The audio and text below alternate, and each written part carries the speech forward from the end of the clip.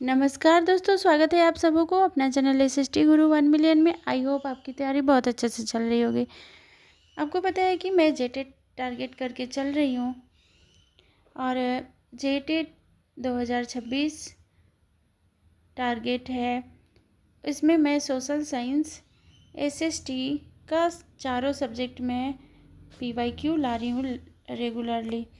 और आज है मेरा टॉपिक इकोनॉमिक्स का चैप्टर 1 मैंने डाल दिया है, जीविका का साधन, जिसका नाम है। आप मेरे चैनल पर जा कर के विजिट कर सकते हैं। उससे एमसीक्यू भी मैंने डाला है और आज 70 एमसीक्यू व्यवसायिक क्रिया से मैं लाई हूँ। और पॉलिटिकल, इकोनॉमिक्स, ज्योग्राफी, हिस्ट्री सारे से पीवाईक्यू आ रहे हैं। साथ में सीडीपी का भी पीवाईक्यू आ रहे हैं। तो आप मेरे चैनल पर जाइए और सब्सक्राइब करके बने रहिए।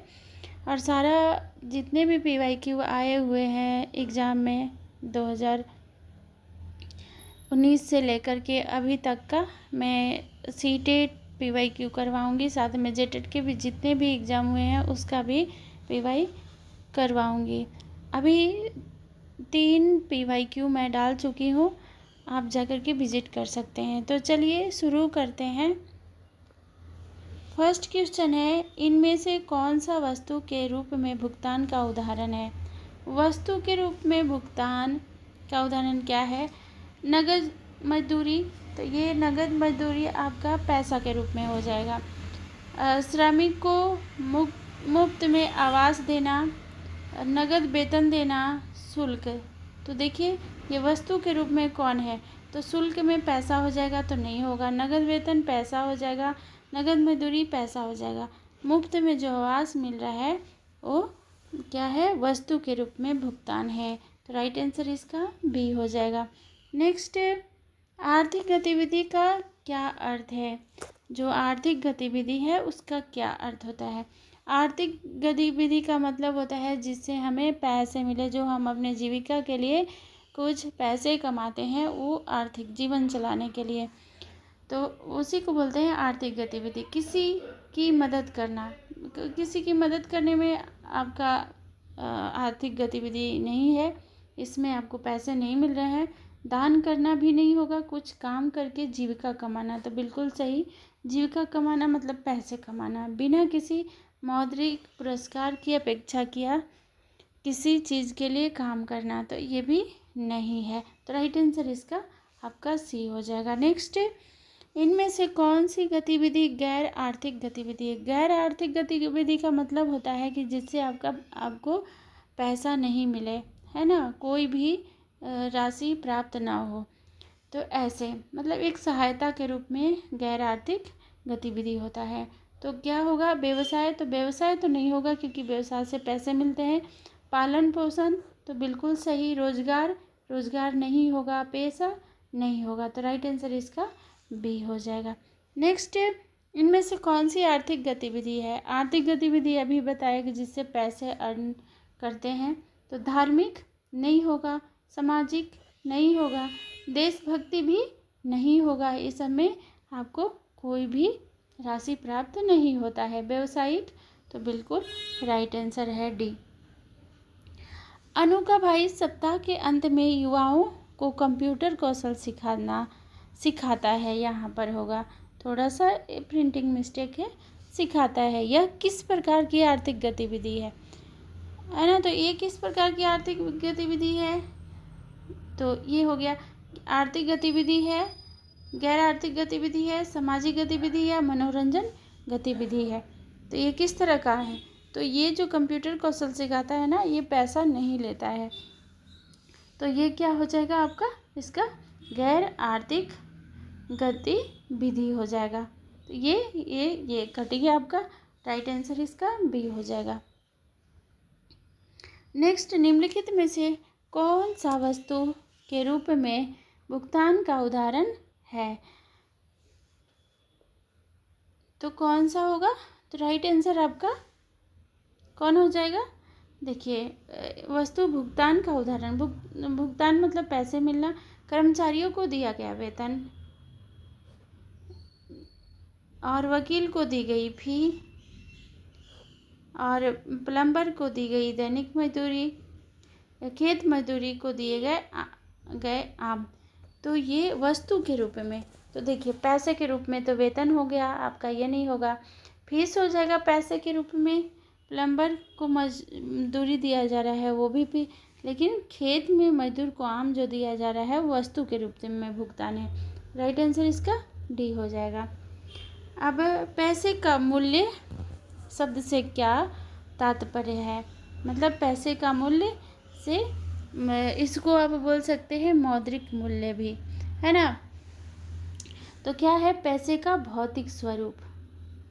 बिल्कुल नहीं। किसी वस्तु का मौद्रिक मूल्य, किसी वस्तु का मौद्रिक मूल्य बिल्कुल नहीं। किसी व्यक्ति के पास मौजूद कुल धनराशि नहीं। मुद्रा की विनिमय दर, है ना। पैसों का मूल्य का मतलब कि उसका विनिमय दर, मुद्रा की विनिमय दर इसका मीनिंग हो जाएगा। राइट आंसर इसका डी हो जाएगा। गीता भारतीय वायुसेना में पायलट है और देश का नाम रोशन करती है। पायलट के रूप में उसकी सेवाएं के लिए उसे भुगतान कैसे किया जाएगा? वेतन दिया जाएगा, शुल्क दिया जाएगा, मजदूरी दिया जाएगा या वस्तु के रूप में भुगतान किया जाएगा? तो वस्तु के रूप में नहीं किया जाएगा, मजदूरी भी नहीं, मजदूर को मजदूरी मिलती है। शुल्क किससे मिलता है? तो ये आप मान सकते हैं कि वकील को शुल्क के रूप में दिया जाता है, वकील को, ठीक है, ये हो गया। और भुगतान किया जाता है, वेतन किसको मिलेगा? तो वेतन मान लीजिए ये पायलट है तो ये गवर्नमेंट का है, या फिर प्राइवेट भी होगा तो वेतन के रूप में होगा आपका वेतन। राइट आंसर ए हो जाएगा। नेक्स्ट, निम्नलिखित कथनों पर विचार करें। बाजार में फल या सब्जियां बेचने वाले किसान एक गैर आर्थिक गतिविधि कर रहा है ना। जो बाजार में फल या सब्जियां बेचने वाला किसान एक गैर आर्थिक गतिविधि करेगा, फल बेचेगा तो पैसा कमा रहा है ना, तो वो आर्थिक गतिविधि हो जाएगा, तो बिल्कुल गलत है। गैर आर्थिक गतिविधियां कृतज्ञता, प्रेम, देखभाल, सम्मान जैसी भावनाओं से प्रेरित होती है। तो बिल्कुल सही है, क्योंकि गैर आर्थिक गतिविधि क्या? कृतज्ञता, प्रेम, देखभाल, सम्मान, यही सब होता है। इसमें पैसे का लालच नहीं होता है, पैसे या कोई भी राशि कमाया नहीं जाता है। तो ये आपका सही लग रहा है। अपने दादा दादी की देखभाल करना एक गैर आर्थिक गतिविधि है, बिल्कुल। दादा दादी की देखभाल करना भी गैर आर्थिक, उससे कुछ भुगतान नहीं हो रहा है। भारतीय वायुसेना में एक पायलट एक आर्थिक गतिविधि कर रहा है, बिल्कुल सही। उपरोक्त कथन में से कौन से सही हैं? तो कौन कौन सही है आपके देखिए 2, 3 और 4, 2 और 3 और 4 सही है, तो इसमें सी इसका राइट आंसर हो जाएगा। 2, 3 और 4 सही है। नेक्स्ट, व्यावसायिक क्रिया का परिभाषा क्या है? व्यावसायिक क्रिया, अब हम लोग चैप्टर का नाम ही पढ़ रहे हैं, व्यावसायिक क्रिया होता क्या है? तो ये तो सब लोग बता देंगे। व्यावसायिक क्रिया वस्तुओं एवं सेवाओं का निर्माण, वस्तु केवल बिक्री के लिए। तो क्या ये सही है? अगला है उत्पादन, वितरण, खपत की वह प्रक्रिया जो लाभ अर्जित करने के उद्देश्य से की जाती है, या समाज सेवा के लिए किए जाने वाले कार्य। तो व्यवसायिक क्रिया तो समाज सेवा नहीं होगा, केवल गैर लाभकारी संगठनों का गतिविधि का नहीं होगा, ये भी नहीं होगा। तो बताइए कौन सा होगा इसका राइट आंसर? तो देखिए, वस्तु एवं सेवाओं का निर्माण, वस्तु केवल बिक्री के लिए, बिल्कुल नहीं। सिर्फ बिक्री के लिए नहीं होता है, उससे लाभ भी तो अर्जित करना होगा। बिक्री कर दिए, इससे मतलब नहीं है, तो गलत हो जाएगा। तो बच्चा कौन सा? बी उत्पादन, वितरण, खपत वह प्रक्रिया जो लाभ अर्जित करने के उद्देश्य से। व्यवसाय में मतलब लाभ अगर नहीं मिलेगा तो व्यवसाय कैसा? तो राइट आंसर बी हो जाएगा। सेवा क्षेत्र से कौन सी आर्थिक गतिविधि जोड़ी है? सेवा क्षेत्र से, तो सेवा क्षेत्र से कौन सा आर्थिक गतिविधि जुड़ी हुई है? तो आपका खनन बिल्कुल नहीं, कृषि नहीं, सेवा क्षेत्र से तो नहीं है, निर्माण नहीं, परिवहन हो जाएगा, परिवहन, ये राइट आंसर इसका सी हो जाएगा। व्यवसाय का प्रमुख उद्देश्य क्या है? व्यवसाय जो है उसका प्रमुख उद्देश्य क्या है? समाज सेवा करना, बिल्कुल नहीं। व्यवसाय का प्रमुख उद्देश्य समाज सेवा तो करना नहीं, केवल कर्मचारियों को रोजगार प्रदान करना नहीं, लाभ अर्जित करना और स्थायित्व बनाए रखना, राइट आंसर। सरकारी नीतियों का पालन करना, बिल्कुल नहीं, राइट आंसर इसका सी हो जाएगा। अगला, व्यवसायिक संगठन का कौन सा प्रकार सबसे सरल और एक व्यक्ति द्वारा संचालित होता है? व्यवसाय सबसे सरल और एक व्यक्ति द्वारा साझेदारी, साझेदारी तो साथ में। सहकारी समिति, सहकारी समिति तो बिल्कुल नहीं, सहकारी में भी एक समिति है, मतलब कि बहुत सारे लोग मिलकर के। एकल स्वामित्व तो बिल्कुल सही है, यहाँ एकल ही पूछ रहा है, तो कंपनी, कंपनी भी एक से नहीं होता है, तो राइट आंसर इसका सी हो जाएगा। साझेदारी में, साझेदारी के बीच उत्तरदायित्व किस प्रकार बांटा गया है? ये तो इसका क्या होगा? सभी साझेदारी समान रूप से उत्तरदायी होते हैं। सभी साझेदारी समान रूप से उत्तरदायी होते हैं। केवल तो सब समान रूप से तो उत्तरदायी नहीं होंगे, जो भी साझेदारी हैं। केवल एक साझेदार उत्तरदायी होती है, बिल्कुल नहीं, ये भी नहीं होगा, केवल एक तो नहीं। उत्तरदायी तो भागीदारी अनुबंध के अनुसार बांटा गया है, मतलब सबका अलग अलग बांटा जाता है, कोई भी उत्तरदायी नहीं है। तो ये राइट आंसर इसका क्या हो जाएगा? सी इसका राइट आंसर हो जाएगा। नेक्स्ट, व्यवसाय में उत्पादन की प्रक्रिया का कौन सा चरण सबसे महत्वपूर्ण माना जाता है? सबसे महत्वपूर्ण व्यवसाय में कौन सा है? वस्तुओं का वितरण, बिल्कुल नहीं। उत्पादन साधनों का उपयुक्त उपयोग, या विपणन, या विज्ञापन, या फिर वित्तीय प्रबंधन। तो इसका क्या राइट आंसर हो जाएगा आपका? बी, उत्पादन साधनों का उपयुक्त उपयोग, राइट आंसर बी हो जाएगा। बी निर्माण, मतलब मैन्युफैक्चर इसको बोला जाता है, निर्माण मतलब कंस्ट्रक्शन। बी निर्माण व्यवसाय का प्रमुख उद्देश्य क्या होता है? तो इसका क्या होता है? बी निर्माण सेवा प्रदान करना, तो बिल्कुल नहीं। वस्तुओं का उत्पादन और उन्हें बेचकर लाभ अर्जित करना, वित्तीय सेवाओं का विस्तार करना, शोध और विकास करना। तो इसका राइट आंसर होता है आपका बी निर्माण करके क्या करेंगे? उन्हें बेचकर लाभ अर्जित करना। तो राइट आंसर इसका बी हो जाएगा, बी। हाइब्रिड व्यवसाय किसे कहा गया है? हाइब्रिड व्यवसाय किसे कहा गया है? देखिए, वह व्यवसाय जो केवल एक ही उत्पाद का निर्माण किया जाए, बिल्कुल नहीं, हाइब्रिड में सिर्फ एक ही का नहीं होगा, गलत है। वह व्यवसाय जो उत्पादन, सेवा और व्यापार तीनों में संलग्न हो, तो बिल्कुल सही लग रहा है ये। और वह व्यवसाय जो केवल सेवा क्षेत्र में है, गलत है। वह व्यवसाय जो आयात और निर्यात करता है, आयात और निर्यात करता है, तो बिल्कुल नहीं, सिर्फ आयात और निर्यात करने में ये इससे मतलब नहीं है। हाइब्रिड व्यवसाय क्या होता है? उत्पादन, सेवा, व्यापार तीनों संलग्न होते हैं, राइट आंसर इसका बी हो जाएगा। नेक्स्ट, व्यापार का प्रमुख उद्देश्य क्या है? व्यापार का प्रमुख उद्देश्य वस्त्र उत्पादन, नहीं। वस्तुओं और सेवाओं का क्रय विक्रय, बिल्कुल सही है। शोध विकास नहीं होगा। कृषि उत्पादन, बिल्कुल नहीं, राइट आंसर इसका बी हो जाएगा। व्यापार के कौन से प्रकार को आंतरिक व्यापार कहा जाता है? आंतरिक व्यापार मतलब कि अंदर में ही, तो इसका राइट आंसर क्या हो जाएगा? कि देश के अंदर वस्तुओं का क्रय विक्रय, बिल्कुल सही लग रहा है। दो देशों के बीच, ये तो आंतरिक नहीं होगा ना, ये बाह्य भी व्यापार हो गया। केवल स्थानीय व्यापार नहीं, केवल अंतर्राष्ट्रीय व्यापार नहीं, तो क्या होगा? देश के अंदर ही व्यापार को, ये इसका राइट आंसर हो जाएगा। थोक व्यापार किसे कहते हैं? थोक मतलब कि एक साथ बहुत सारे का बिक्री करना, बड़ी मात्रा में उत्पादनों का क्रय विक्रय, बिल्कुल सही लग रहा है। उपभोक्ताओं की सीधे वस्तु की बिक्री, नहीं। सेवा आधारित व्यापार, नहीं। केवल निर्यात व्यापार, नहीं। राइट आंसर इसका ए हो जाएगा। नेक्स्ट, वित्तीय नियोजन का क्या उद्देश्य है? फाइनेंशियल प्लानिंग का क्या उद्देश्य है? तो संसाधनों का अधिकतम उपयोग सुनिश्चित करना, संसाधनों का अधिकतम उपयोग सुनिश्चित करना, तो बिल्कुल सही लग रहा है ये कि अधिकतम उपयोग सुनिश्चित करना। केवल ऋण योजना बनाना, बिल्कुल नहीं। कर्मचारियों का चयन करना, नहीं। उत्पादन योजना तैयार करना, नहीं। तो इसका राइट आंसर हो जाएगा ए, संसाधनों का अधिकतम उपयोग सुनिश्चित करना वित्तीय नियोजन कहलाता है, राइट आंसर इसका ए हो जाएगा। लाभ और हानि का विश्लेषण व्यवसाय में किसके लिए महत्वपूर्ण है? लाभ और हानि व्यापार के प्रदर्शन का मूल्यांकन करने के लिए,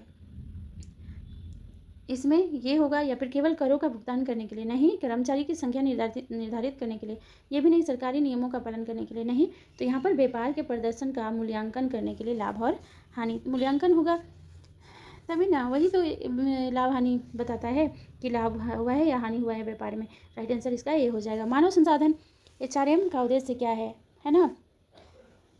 तो वित्तीय संसाधनों का प्रबंधन करना, मानव संसाधन प्रबंधन है। या कर्मचारियों की भर्ती, चयन, परीक्षण और विकास करना है, या फिर उत्पादन निर्माण करना, तो ये तो सिर्फ नहीं होगा। विपणन की योजना बनाना, तो ये नहीं होगा। तो मानव संसाधन प्रबंधन का उद्देश्य होता है कर्मचारी की भर्ती, चयन, प्रशिक्षण और विकास, ये इसका राइट आंसर बी हो जाएगा।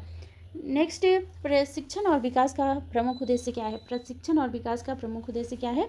कर्मचारी की उत्पादकता और दक्षता में सुधार करना, तो ये आपको सही लग रहा है, क्योंकि प्रशिक्षण और विकास में उत्पादकता का दक्षता में सुधार करना, केवल कंपनी के विस्तार की मदद करना नहीं, केवल लाभ उठाना नहीं, कर्मचारी की संख्या को कम करना नहीं। राइट आंसर इसका ए हो जाएगा। नेक्स्ट, प्रदर्शन मूल्यांकन है ना, किस उद्देश्य से किया जाता है? जो प्रदर्शन है, परफॉर्मेंस है, उसे किस उद्देश्य से किया जाता है?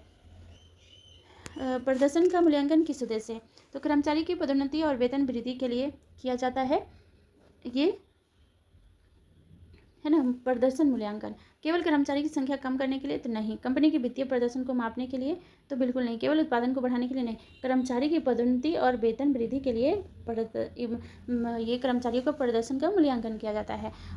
उसका पद का उन्नति होगा और वेतन में वृद्धि होगा। तो राइट आंसर इसका ए हो जाएगा। उद्यमिता का मुख्य उद्देश्य क्या है?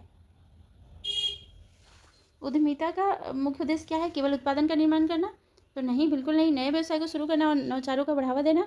तो ये क्या है? ये बिल्कुल सही। इसका उद्यमिता का मतलब होता है कि नए व्यवसाय शुरू करना और नवाचारों को बढ़ाना। केवल सेवा का निवेश करना, बिल्कुल नहीं। केवल सरकारी, बिल्कुल नहीं। राइट आंसर इसका बी हो जाएगा। अगला देखिए, नवाचार का व्यवसाय में क्या महत्व है? नवाचार तो पुराने तरीकों का पालन करना। नवाचार, ये इसका कहने का मतलब ही है। नवाचार मतलब ये पुराने तो आएगा नहीं, प्रतिस्पर्धात्मकता बनाए रखने और व्यवसाय के अद्वितीय रखना, मतलब ये आपका राइट आंसर। केवल उत्पादन को बढ़ावा देना नहीं होगा, ये नहीं होगा। प्रतिस्पर्धा को बनाए रखना, ये इसका राइट आंसर है। आपका बी इसका राइट आंसर है। स्टार्टअप क्या होता है? स्टार्टअप क्या होता है? तो ये भी बहुत ईजी है। केवल कंपनी बड़ी करना नहीं, एक नया और नवाचार आधारित व्यवसाय। बिल्कुल सही। एक सरकारी संगठन नहीं, एक निवेशक समूह नहीं। स्टार्टअप मतलब एक नया और नवाचार आधारित व्यवसाय को ही कहा जाता है। 20 का राइट आंसर। अंतर्राष्ट्रीय व्यापार का प्रमुख उद्देश्य क्या है? तो अंतर्राष्ट्रीय व्यापार का केवल घरेलू, बिल्कुल नहीं। विभिन्न देशों के बीच वस्तुओं का सेवाओं को आदान प्रदान, बिल्कुल सही है। केवल एक देश के भीतर नहीं, केवल कृषि वस्तु निर्यात नहीं।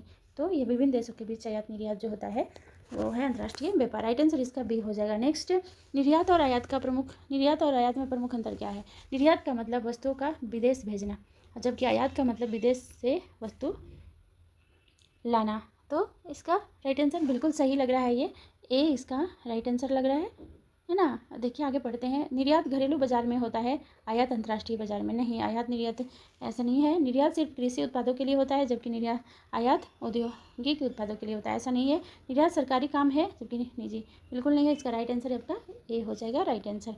नेक्स्ट, आवास में नैतिकता का महत्व क्या है? कर्मचारी के बीच बोनस प्रदान करना, व्यवसाय में ईमानदारी और नैतिक मूल्य का पालन करना, बिल्कुल सही लग रहा है। ये गलत होगा। केवल उत्पादनों का विपणन नहीं, वित्तीय प्रबंधन को आसान बनाना नहीं। तो यहाँ 20 का राइट आंसर हो जाएगा। सामाजिक उत्तरदायित्व का व्यवसाय में क्या महत्व है? जो सामाजिक, देखिए अगला,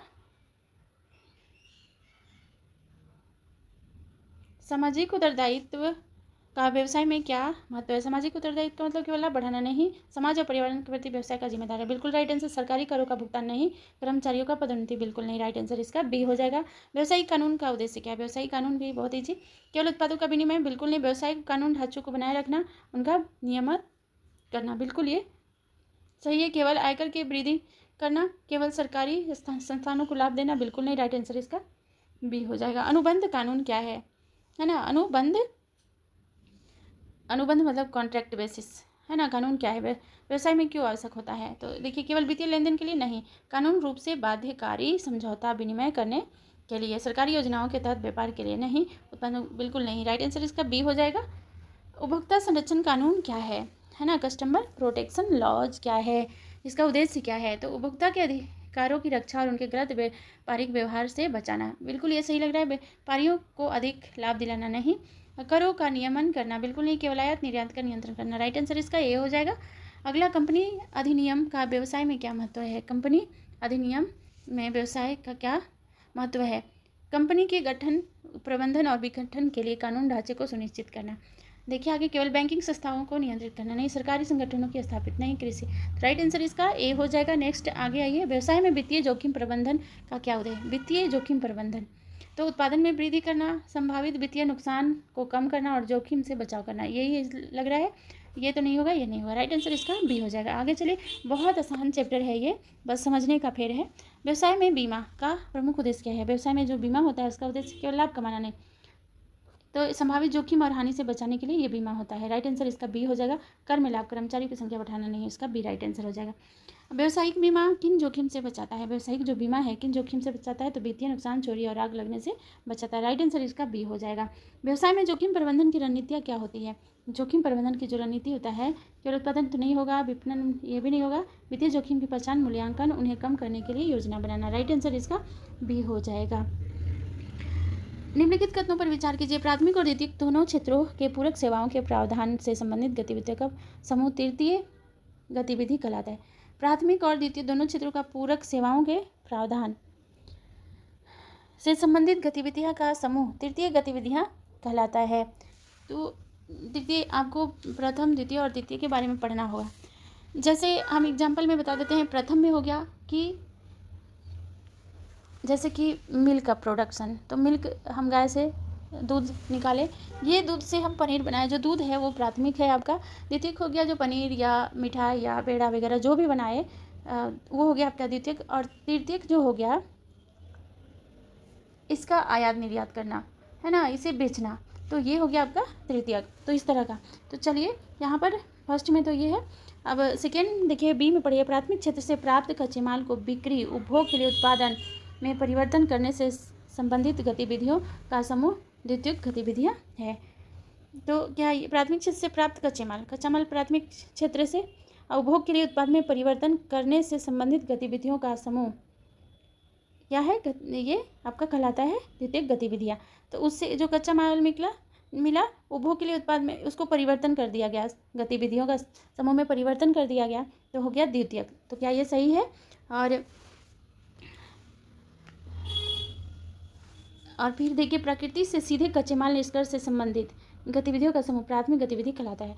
तो ये देखिए, प्राथमिक और द्वितीयक दोनों क्षेत्रों के पूरक सेवाएं प्रावधान से संबंधित गतिविधियों का समूह तृतीयक बताया ना। जैसे दूध का उत्पादन, फिर वो तो उसके बाद क्या होता है? तृतीयक होता है। तो राइट ये ए हो जाएगा। और ये भी आपका सेकेंड वाला भी राइट है, इसलिए है कि कच्चा माल लिया बिक्री या उपभोग के लिए कच्चा माल ले गया, उसको परिवर्तन कर दिया। मतलब मान लीजिए कि पेड़ यहाँ से हम काटें, ये हो गया कच्चा माल। हम पेड़ को खरीदे, ठीक है, लकड़ी खरीदे, और उसे हम क्या बना दिए, उसका हम बना दिए, मैन्युफैक्चर कर दिए हम उसका चेयर में, तो चेयर हो गया द्वितीयक, है ना। तो जो कच्चा माल से है उसको चेंज कर दिए आप चेयर में, तो वो चेयर आपका हो गया द्वितीयक गतिविधि। तो इसका ये भी राइट आंसर बी हो जाएगा।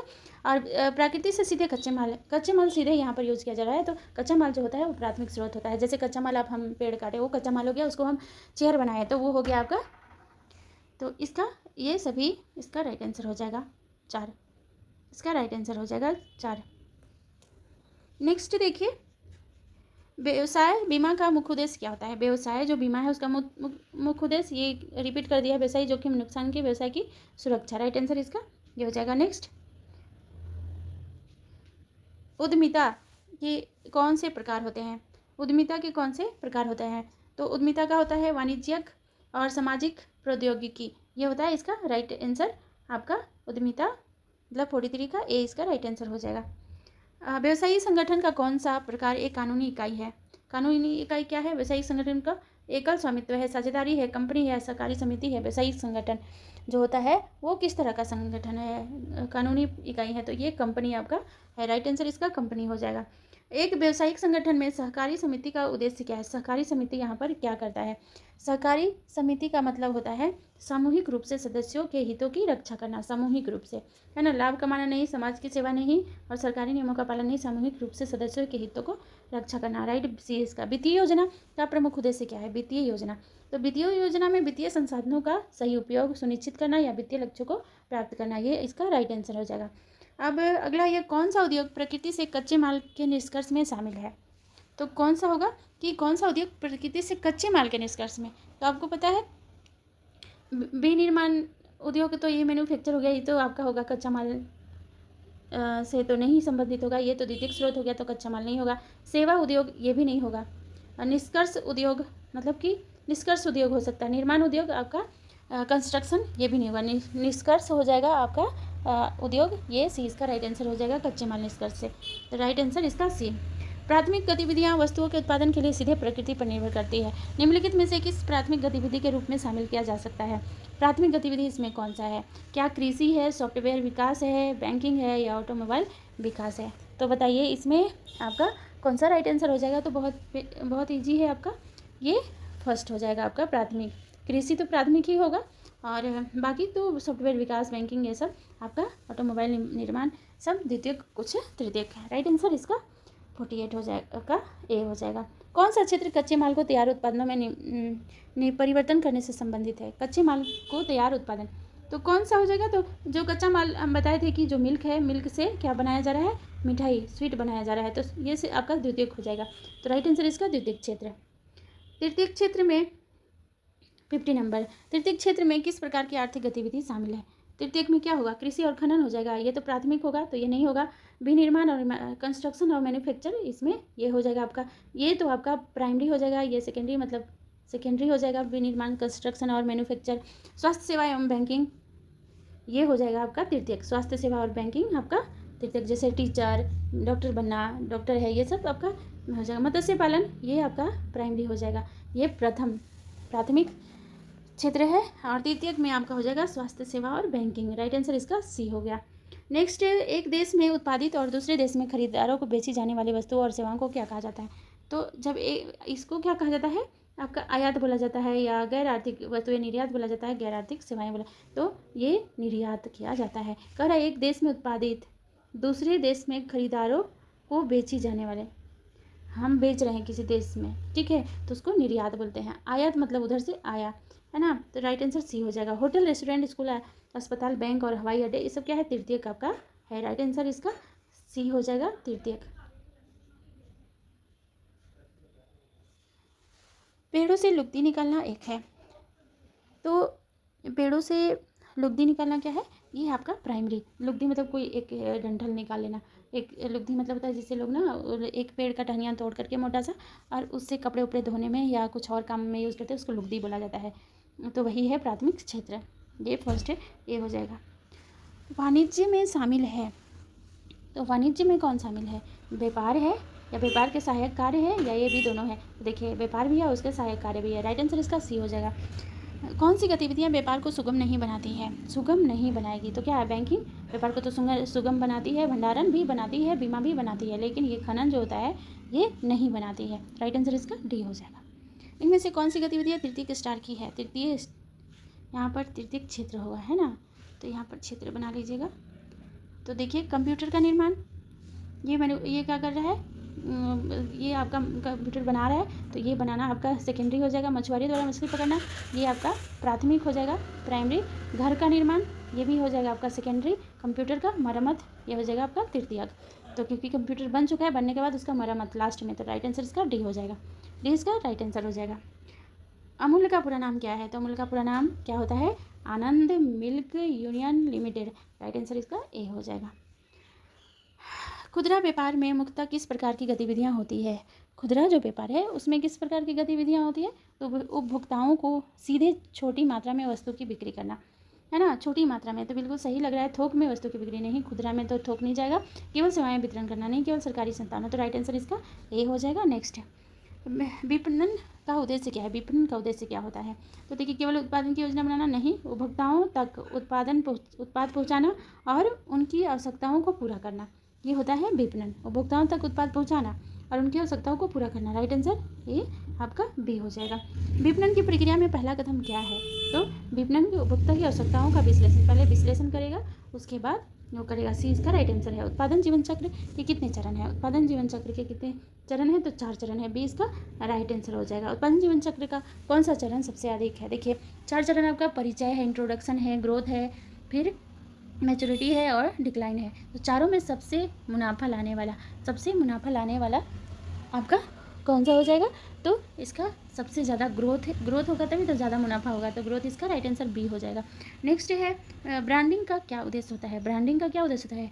उत्पादन की कीमत निर्धारित करना, उत्पादन की पहचान और विशिष्टता स्थापित करना। कीमत तो ब्रांडिंग का मतलब नहीं होता है, ये विशिष्टता और पहचान, ये सही होगा। उत्पाद के वितरण में सहायता करना नहीं, उत्पाद की केवल सरकारी, ये भी नहीं होगा। राइट आंसर इसका बी हो जाएगा। व्यावसायिक संगठन में कंपनी की परिभाषा क्या है? कंपनी क्या है? एक व्यक्ति द्वारा संचालित नहीं, 2 या 2 से अधिक व्यक्ति द्वारा साझेदारी संचालित, या एक कानून इकाई जिसका गठन कानूनी प्रक्रिया द्वारा किया जाता है और जो एक कृत्रिम व्यक्तियों के रूप में कार्य करती है, तो ये हो जाएगा। या फिर एक सरकारी समिति। सहकारी समिति, तो नहीं, इसका राइट आंसर क्या हो जाएगा आपका सी, इसका राइट आंसर हो जाएगा। नेक्स्ट, सहकारी समिति का उद्देश्य क्या है? सहकारी समिति का मतलब क्या होता है? एक, मुनाफा कमाना, बिल्कुल नहीं। सदस्यों की सामूहिक आवश्यकताओं को पूरा करना, बिल्कुल सही, राइट आंसर इसका है। सदस्यों की सामूहिक आवश्यकताओं को पूरा करना, इसका राइट आंसर हो जाएगा। नेक्स्ट, वित्तीय प्रबंधन का प्रमुख उद्देश्य, वित्तीय प्रबंधन तो शायद रिपीट हो गया है। व्यवसाय के लिए वित्तीय संसाधनों का प्रबंधन और वितरण, राइट आंसर इसका बी हो जाएगा। पूंजी की प्रमुख स्रोत कौन सा है? पूंजी की प्रमुख स्रोत क्या है? उपभोक्ता, निवेशक, वाणिज्यिक बैंक, सरकारी अनुदान। पूंजी का प्रमुख स्रोत क्या होता है? तो राइट आंसर इसका हो जाएगा आपका निवेशक, निवेशक इसका राइट आंसर हो जाएगा।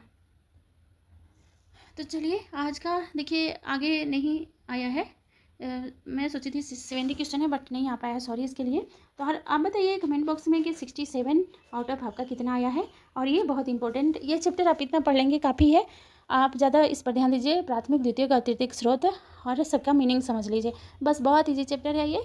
और आई होप आपको ये वीडियो पसंद आया होगा और आपको फ़ायदा भी पहुंचा होगा। तो अगर थोड़ा सा भी आपको लाभ मिला है तो लाइक कीजिए इसे, और अगर चैनल पर नए हैं तो सब्सक्राइब कीजिए और बहुत सारे के पास शेयर कीजिए, ताकि सभी लोग फ़ायदा उठा सके, ज़्यादा से ज़्यादा लोग इसका फ़ायदा उठा सके। तो फिर मिलते हैं नए चैप्टर के साथ नेक्स्ट वीडियो में।